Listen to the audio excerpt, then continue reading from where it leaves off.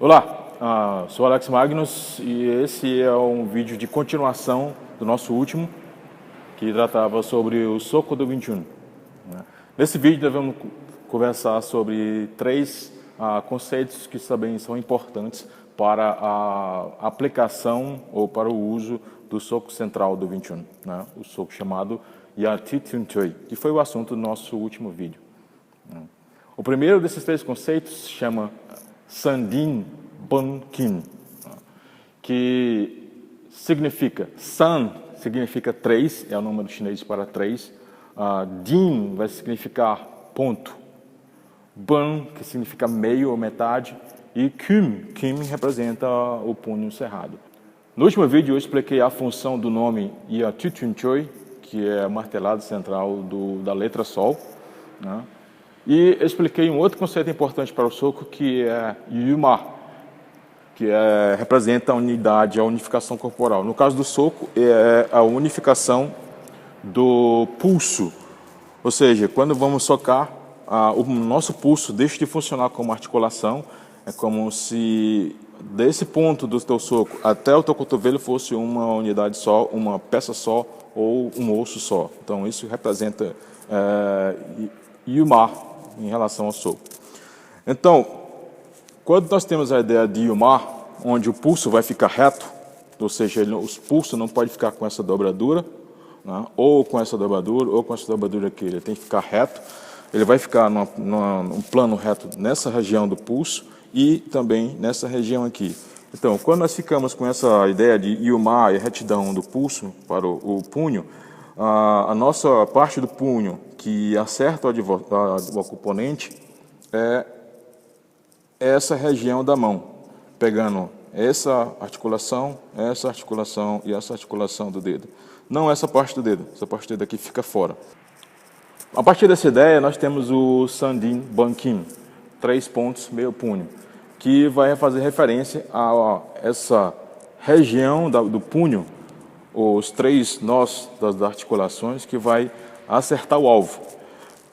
Então, quando temos essa ideia do Sandin Bankin, dos 3 pontos do punho, que jogamos para frente para golpear, essa área que junta os 3 pontos, que atinge o alvo, mas essa região que fica sobreposta, ela fica sustentada pelo antebraço, é que gera a ideia de Sandin Bankin, que é a ideia de 3 pontos, meio punho.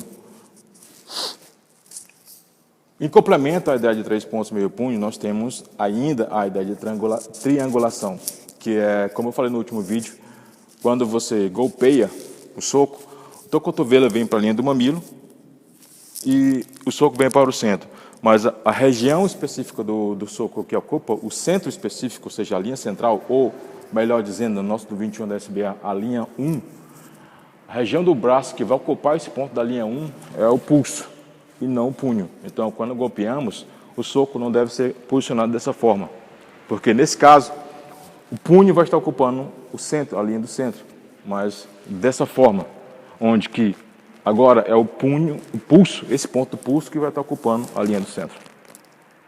Tá?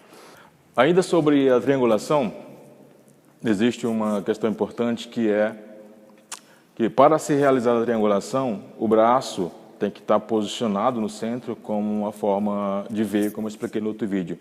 Quando há a extensão total do cotovelo, é impossível se representar a triangulação, pois a triangulação ela nasce da ideia de que quando o soco é disparado à frente, o cotovelo vai estar ocupando a linha do mamilo, que é a linha Yin, e o pulso vai estar ocupando a linha do centro.